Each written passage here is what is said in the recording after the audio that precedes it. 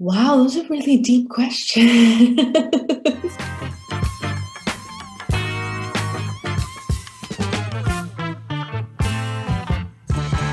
Welcome back to another episode from the Photopian Shots podcast. So today we have a very special guest.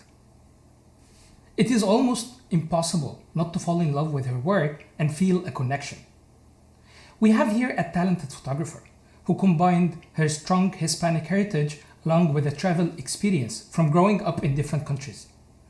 A genuine human who loves to empower others and teach them all the knowledge she has, with an empathetic character who loves to listen to others and let them know that they are seen and heard. Today, we have no one other than the London-based Kimberly Espinel, or as you know her, the Little Plantation, food photographer and stylist, the podcast host of Eat, Capture, Share, and the author of an Amazon bestseller food photography book. Kimberly, thank you so much for joining us today. Wow, thank you. That was probably like the best introduction I've ever had. Thank you so much. I'm really looking forward to our conversation. Thank you, Kimberly, for being with us today.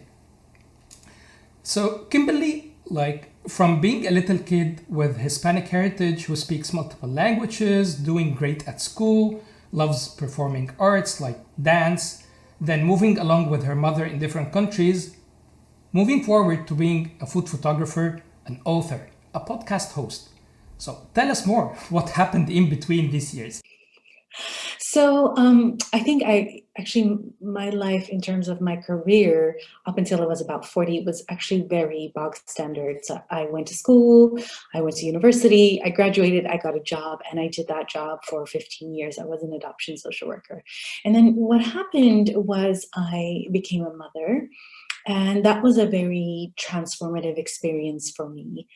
Um, I think every person is different, but for me, leaving my child essentially with a stranger at nursery or a childminder, it didn't feel right. So I wanted to retrain and do something that would allow me to work for myself and to work around my child's needs. And I looked at all the things that I was passionate about. And one of the things that I've always loved, was food. And actually, shortly after giving birth to my son, I moved from eating, an omnivorous diet to moving predominantly towards veganism. And so, food was really, really fundamental at that point in my life. And so I decided to retrain as a nutritional therapist.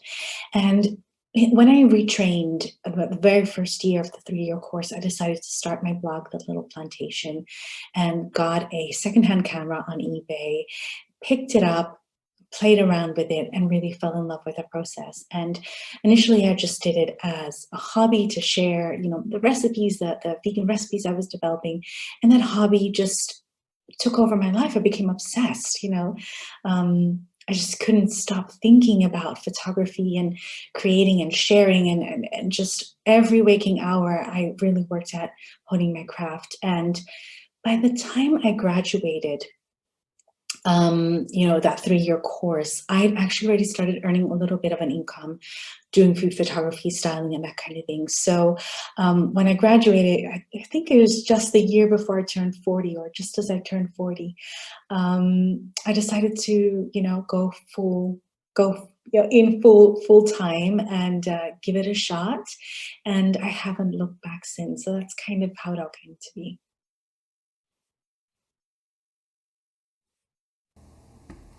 Thank you. Thank you so much, Kimberly, for sharing your inspiring story with us. So, Kimberly, I know that you moved between different places like Carousel Island to the Netherlands to Germany to London. So, what did each city shape in you and in your photography style? Oh, that's a really good question. I think what my photography does, what I hope it does, there's two elements that I think make my style of photography what it is. One is I love real food. I love, I would say, humble food, like food that everybody can identify with and connect with. So my food isn't very, chic or very styled. It's stuff that anybody could make, but just shown in the most beautiful way that I can show it, but it's never unattainable or anything too kind of five-starry. And I think that just comes from where I come from. A very humble background. And the second element that I think is really a strong part of my work is I focus a lot on sharing food. So there's often gatherings of people coming together, and I often have hands in my shots because, in a way, food really comes to life when you share it with the people you love, the people you care about. And I always try and convey that emotion through my work. So, and I think that comes from my traveling, like going to restaurants and sharing that with my family and meeting friends who live in far flung places and coming together and gathering around the table. That's just what we did everywhere we went. And so I think that kind of has woven itself into my work, that kind of humbleness and that kind of sharing and connecting. Yeah, yeah, I fully understand your point.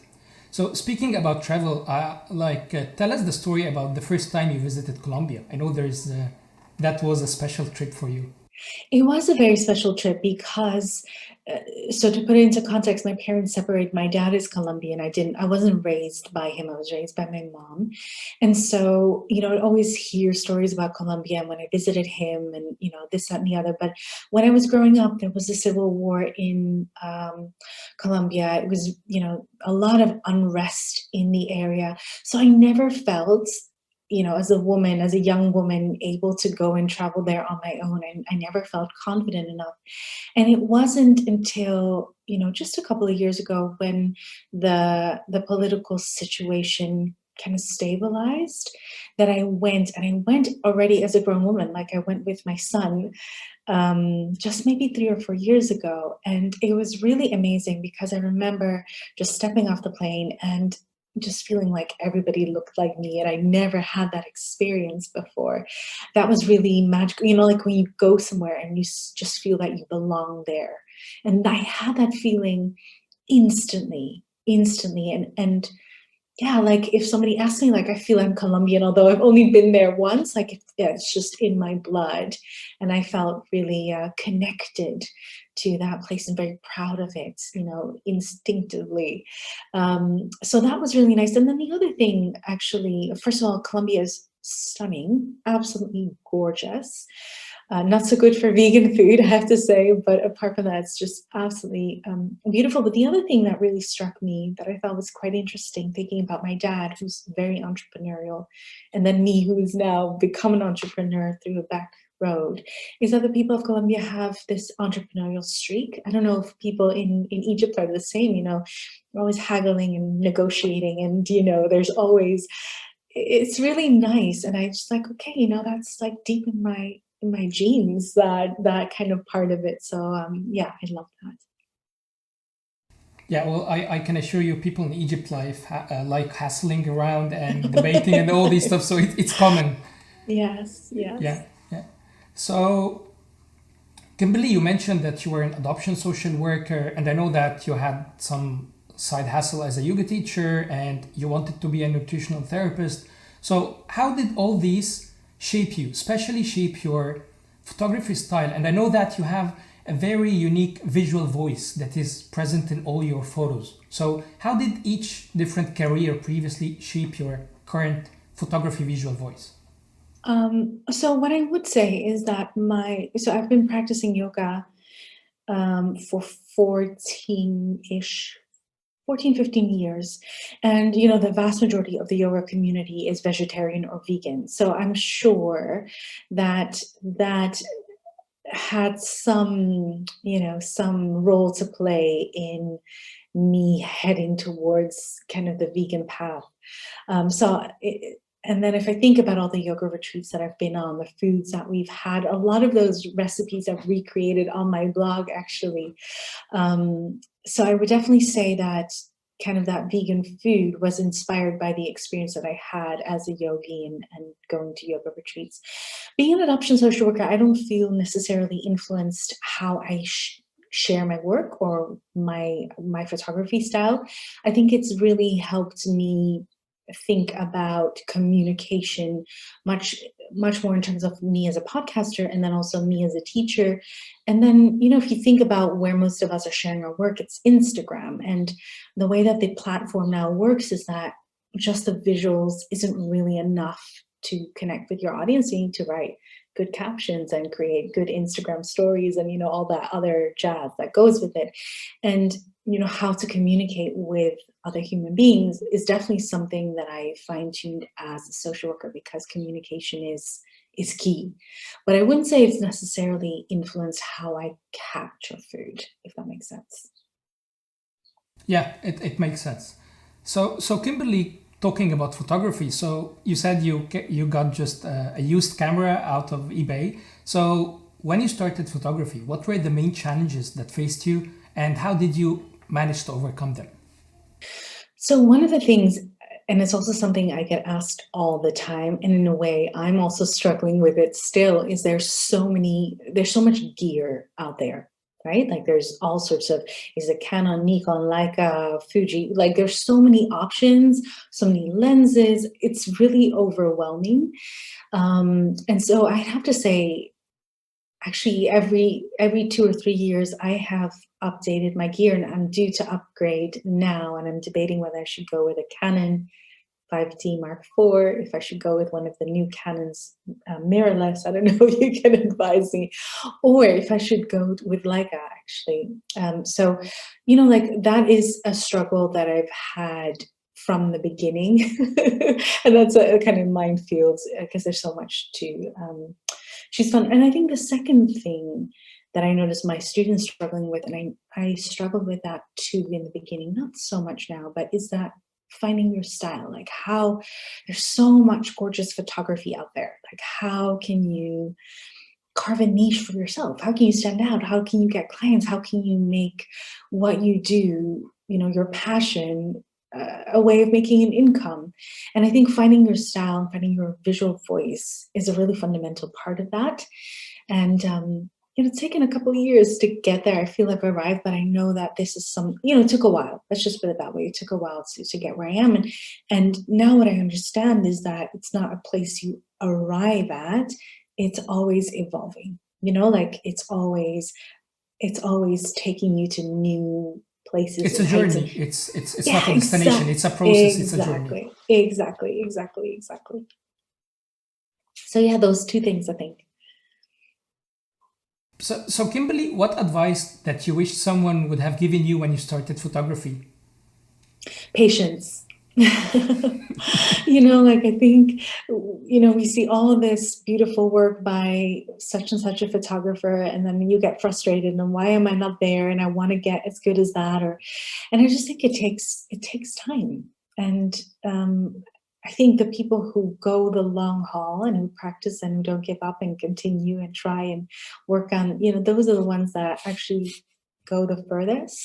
And so I still feel like I'm at the beginning. I still hope that there's lots more for me to grow into. And so, yeah, patience is something I wish I'd known, that it just takes time. Yeah. So Kimberly, hearing some of your podcasts and reading some of your posts, I see hardworking, strong, perseverant, ambitious, creative, who cannot be stopped even if she's rejected by 30 publishers. Okay, but on the other hand, I see a very deep, connected, humble person who has empathy to others, who wants to make each one feel heard and seen, appreciated. So I see two characters that might be contradicting from the outside, like a strong person, but a deep, empathetic person at the same time. So how do you combine these two personalities? So I think I don't know any other way but to be hardworking. And it goes back to what you and I were talking about, I think even before you press record. I think that really comes from the immigrant experience. I always felt that my parents didn't leave their homes for me to go. And, in Spanish, we always say scratch your belly or twirl your thumbs. That's not what they went through the hardship for. So for me, hard work is something that was modeled to me and that is deeply ingrained in me from that experience. But I think we have this perception of what a successful entrepreneur is, or what hustle culture looks like. And usually it's this kind of masculine, kind of slightly aggressive, figure. And I think you can hustle and you can be hardworking and you can be ambitious and strong and a little bit badass and still be soft and gentle and heartfelt. And yeah, I think everything is possible. And so I think we all are multifaceted and have different parts to our personality. And I would definitely say that I'm just like you, probably, lots of different strands to who I am. But, the hardworking determination and nothing is going to stop me lives very comfortably alongside the heartfelt, empathetic, creative. So, Kimberly, till today, what is the greatest achievement that you see that you accomplished in terms of your work professionally and on the personal level, if you would like to share that with us as well? So professionally, 100% bringing my book, Creative Food Photography, into the world. 100%. I'm very proud of the book and proud of the photography that I've shared there, proud of the teaching and the writing I've shared there, and just the design of the book, the feel of the book. I really feel that I've self-published it, but I feel I can really proudly stand next to a traditionally published book by a big publishing house, and I'm really proud of that. And I would say that's for now. Today is the biggest accomplishment that I've achieved as a creative. But I hope it's just the start. Yeah, we can't wait for more books actually. I'm not sure if there's more books, but other things for sure. So, Kimberly, speaking about food, how did food shape your character?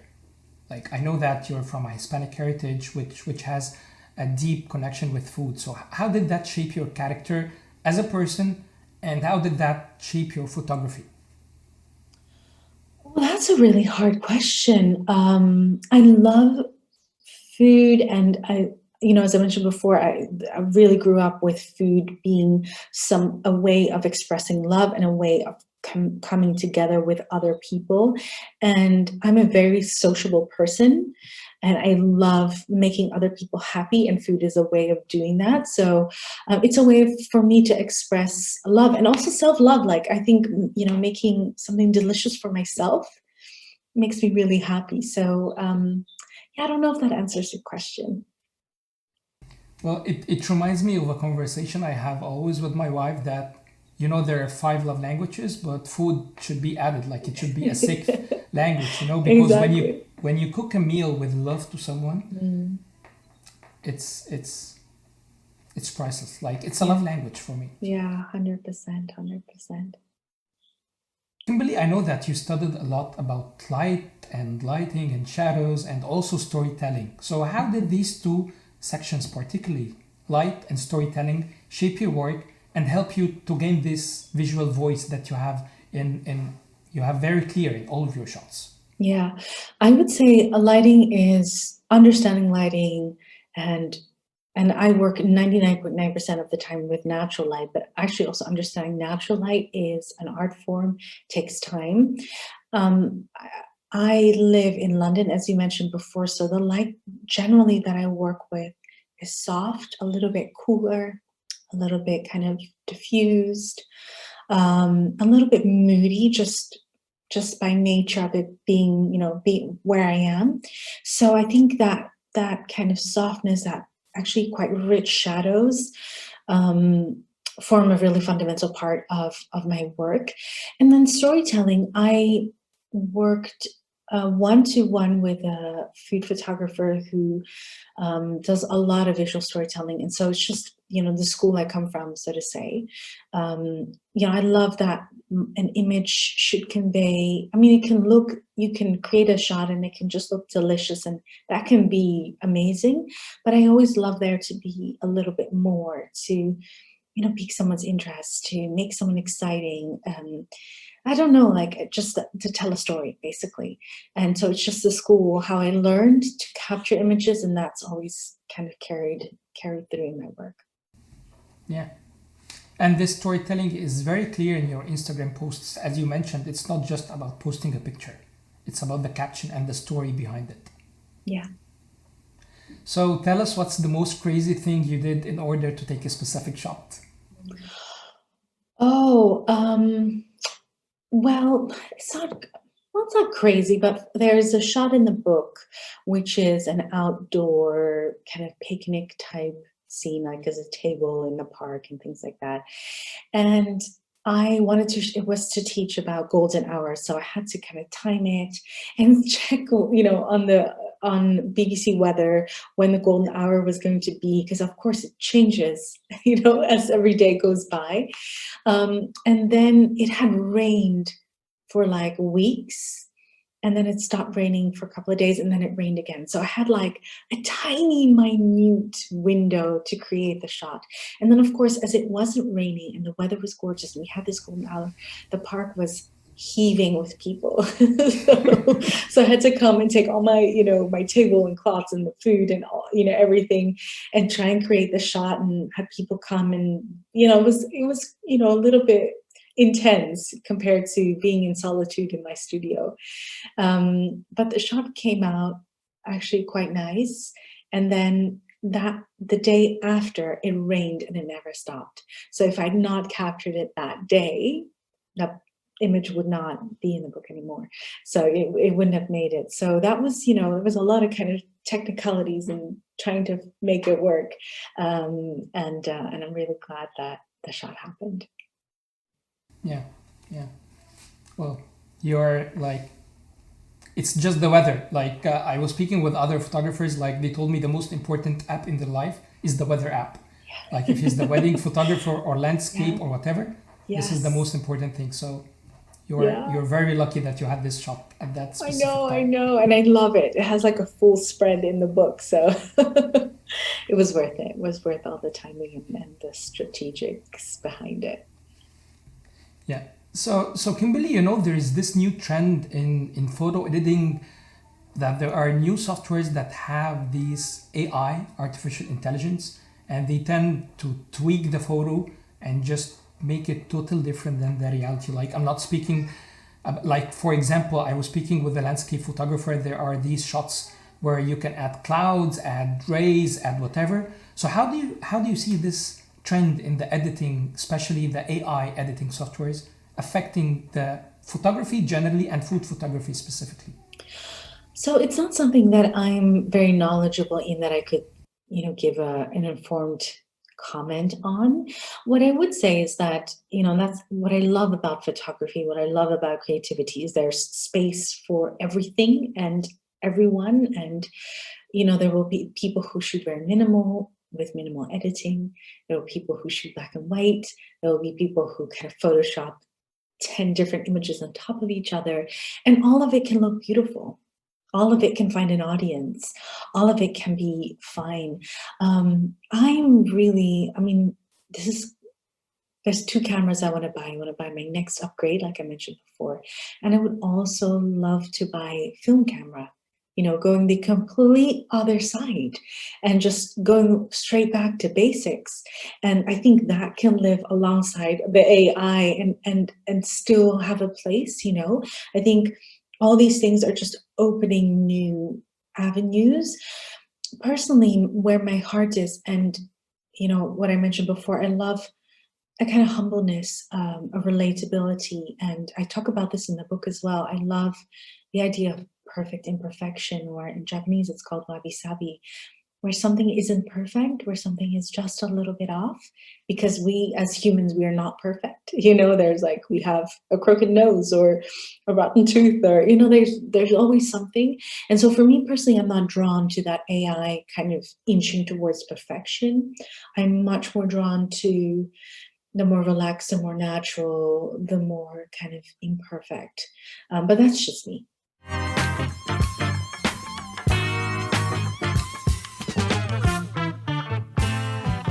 So, Kimberly, I heard you say once that the recipe that best describes you is the black bean Colombian stew. So tell us more the story about this recipe and why you chose this one to describe you specifically.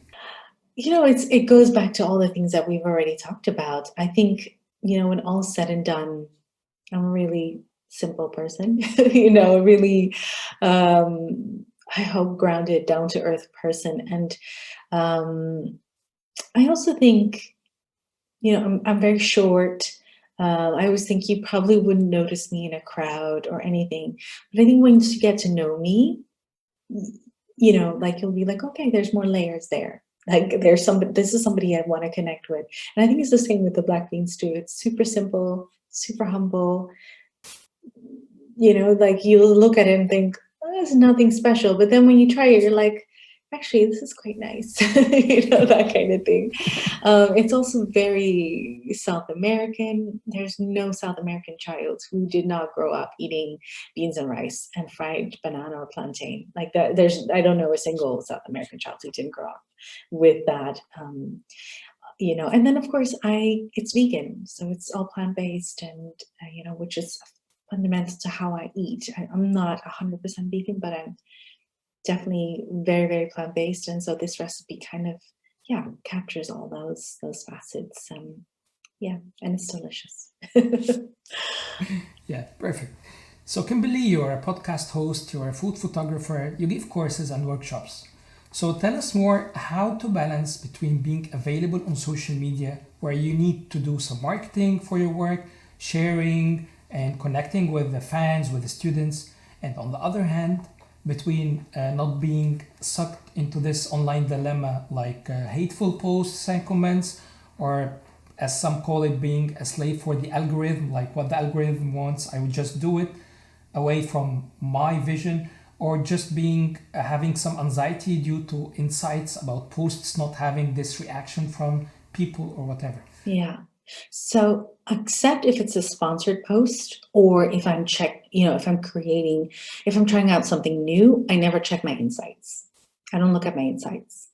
Um, because for me is irrelevant, you know. So I have to say I really struggle with time management. Like I haven't got it figured out. The way I try and do it is I start my day. So I have my little diary. I start my day every day, just think like, what are the 3 big things I want to tackle today? And usually they're connected to bigger goals. Sorry, is that, I hope that's on my phone.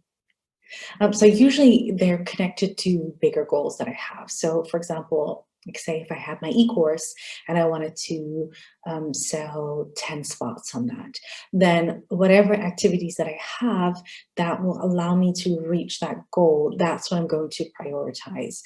Or like right now, I have a sales target for my book. So any activity that kind of helps me sell more books gets bumped up. And usually what I try and put at the top of the list is anything that allows me to run my business effectively, which means I need to make an income. And so anything that actually results in something that moves the needle financially gets bumped up the list. And so that's number one. I kind of prioritize my to-do list based on those things. And then the second thing is when I step onto Instagram, I step onto Instagram with a really specific focus. So it might be that I just want to share this new shot that I've taken because I absolutely love it, or I want to market my e-course, or you know, I really want to add some value to my audience. So I really have a specific goal in mind, because if I don't have that, I can spend hours scrolling just like everybody else, you know? And so I really have to think, okay, why am I logging into Instagram? Like, what is the purpose? And that's kind of how I stop myself. And right now I'm trying to post around 3 to 4 times a week at most. And the days I don't post, I try not to be on Instagram, because if not, it's just a rabbit hole, right? So yeah. Yeah, yeah. Well, this is very useful, and thank you for giving this insight on how you manage the social dilemma, as they call it. So, Kimberly, I heard you speak before about how comparing yourself with other competitors or colleagues have affected you in the past and how you manage that.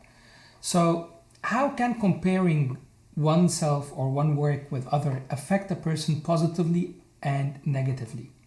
I don't think it's very helpful, because either you're comparing yourself and just thinking, oh my God, I'm not as good as he is, or I'm not as good as she is, or you're comparing yourself and you're like, oh, I'm better than them. You know, like neither one is really good.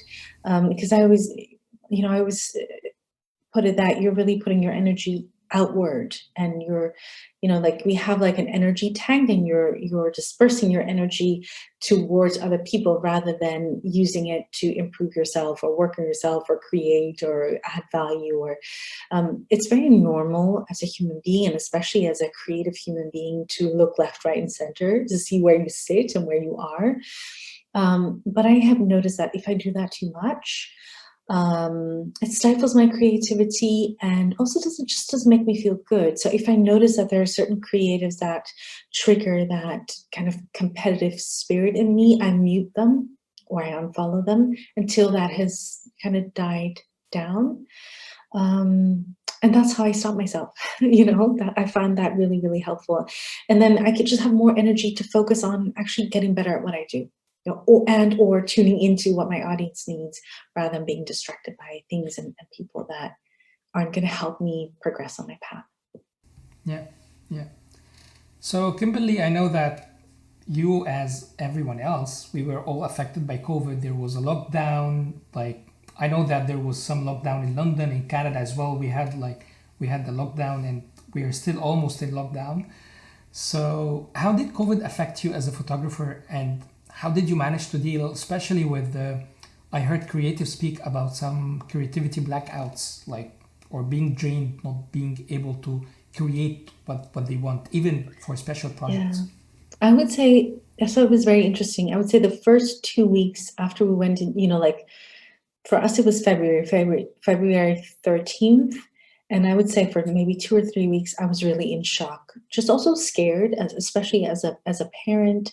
What was this virus? What was this thing? And I remember just being, scared, frightened. And then once I felt safe, then it was really interesting because a lot of my clients, canceled their contract. And so, because a lot of them were restaurants, for example, or, brands that couldn't get their production shipped to the UK or whatever the case may be. And so that was a big shock too. I was like, okay, so what's going on with the kind of business side of things? And then I think once I realized that I was going to be safe, that we were going to be okay, that we're going to have food and we're going to survive, once I snapped out of that, I was like, okay. So, once all of that passed, I was like, okay, what can I do to keep my creative business going? And I got a lot of inquiries for food photography for my online course, because of course my 2 workshops that I had planned, I had to cancel them.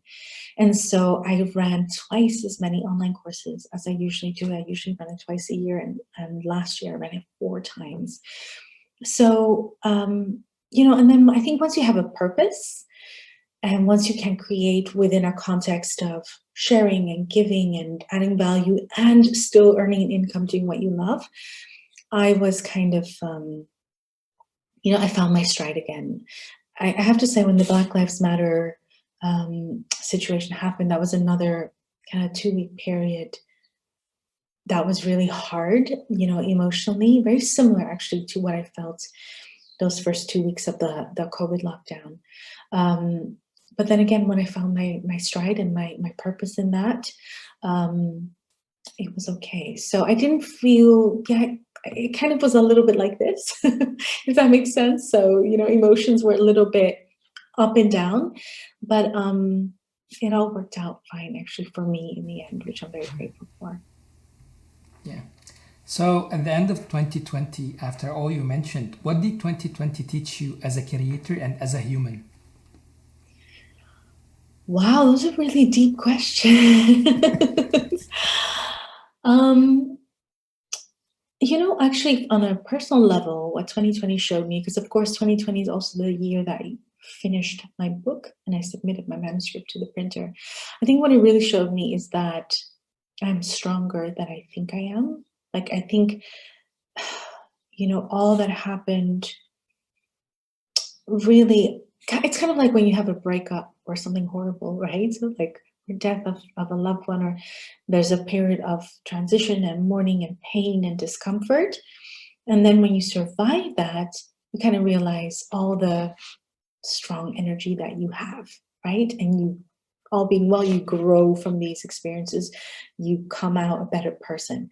And I feel that, like, I really felt like, I remember midnight, December 31st, 2020, just thinking, you know what? I survived that year. I'm still standing. I'm strong. Got my husband. I've got my child. My business is still there. I think I can do anything.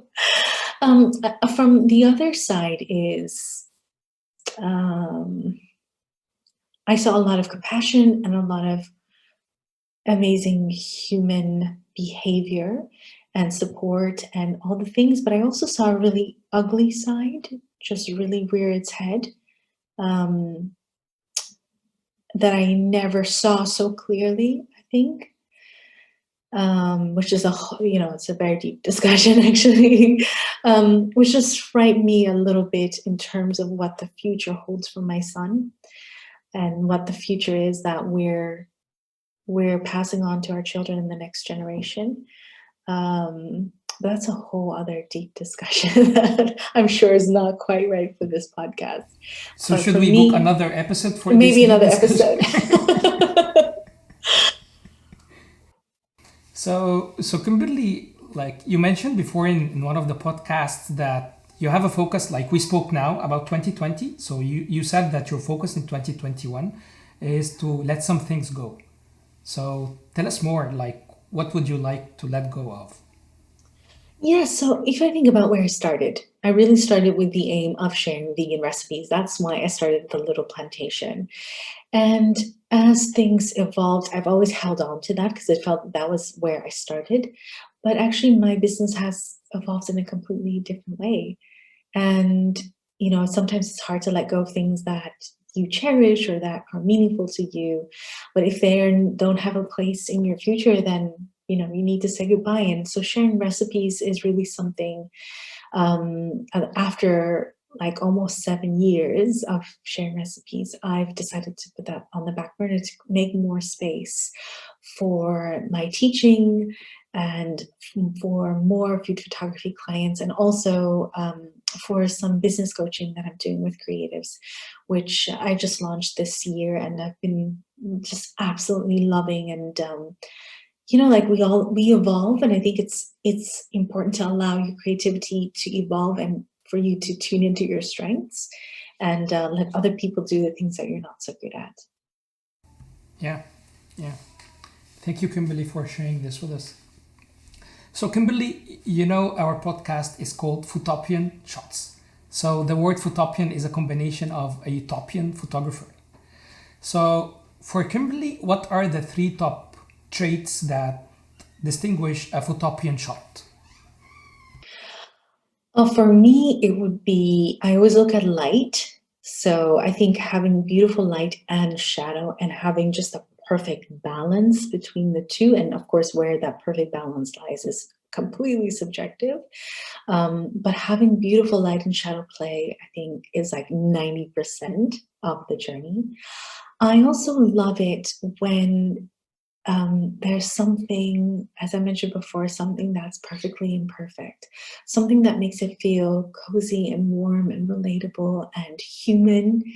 And, however anybody brings that in, it could be, like if I'm thinking portrait photography, just, the way that the photographers captured the eyes of the subject or something, just something where we can connect. And lovely storytelling. I think those are, that it doesn't look like something out of, as just something generic, something that is just very obvious. I love it when there's just a little bit more story woven in. And when those three things come together, it's a Photopian shot, in my opinion. So, on the other side, what are the three traits of a Photopian photographer? Oh, I would say somebody who's brave, um, somebody who's not afraid to inject their personality and their heart into the image. And then I do love photographers who have a distinct, unique style. So where their photo doesn't look like everybody else's, but there's something about it that is distinctly them. And that can be the way that they edit, that can be the way that they play with light and shadow, that can be the way that they play with colors. You know, the options are endless, but something that is just uniquely their style. Yeah. So, Kimberly, when you started photography, who was your Photopian or Utopian photographer? And nowadays, who is still your Utopian photographer? So there's not one person. I think there's a couple of different, creatives that I really rate and that have kind of shaped my journey. I would say Gabriel Cabrera is one of them. He's a Mexican Canadian photographer. He started out as food, and that's how I got to know him, but now he does a lot of kind of abstract, um, editorial food photography and product photography and also landscape. And I just think it's so wild and so beautiful. And he's influenced me from day dot. He still does. There's a photographer based in Seattle. Her name is Erin Goyoaga. She does food and but also lifestyle and just so elegant. It's just so elegant. I've loved her since forever.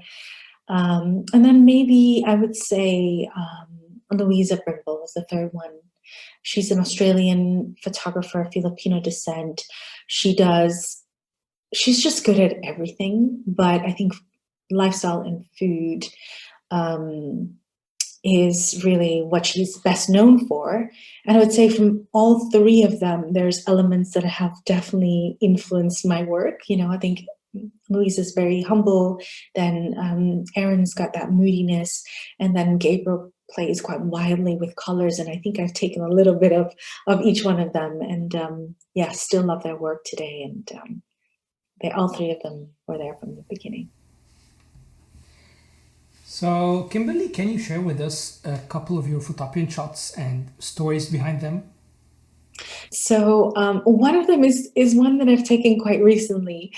I don't know, there's sometimes when we get to work with either new foods or new backdrops or plates or props, like it stirs creativity in us. And so recently I was sent this new vinyl backdrop with tiles, and I just was so excited to play with it. And I just love the shot that came together. It was a super rainy, dark day, but I don't know, like the light, that moment was right. The food styling was just right. And then that backdrop, I just love the shot. I really, really love it. There's also a shot that I did, which is of like Japanese and Chinese food. And like, again, those big wide angle shots with lots of hands and sharing and that kind of thing, which is what I'm known for. And I feel that kind of exemplifies what I'm known for, what I'm about, but also, a slightly different evolution of that. Like it's one of my most favorite shots that I've taken.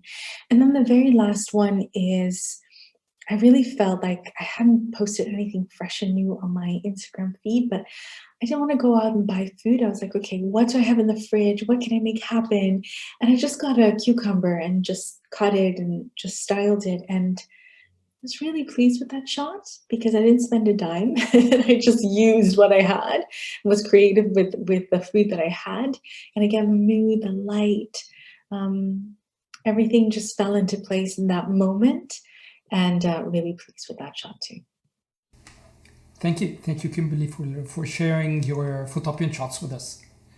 So, Kimberly, how can a photographer in general and a food photographer specifically help in changing the community and giving back to a community just to make it a better place and help different causes? I really say, actually, what we have as photographers, we have our creativity and we have our camera. And so I think those two together, creating beautiful work, brings joy into the world. And that already is amazing. Like if I think about the things that make people happy in times of war or distress or the pandemic, or it's stuff like music, it's beautiful artwork, it's a wonderful movie. So I would never undervalue just us creating the most beautiful work that we can, the power of that. Of course you can go over and beyond and raise money for this cause and that, but actually you stepping into your purpose and creating something beautiful that's going to make people smile, that's really, really powerful and really inspiring and really important.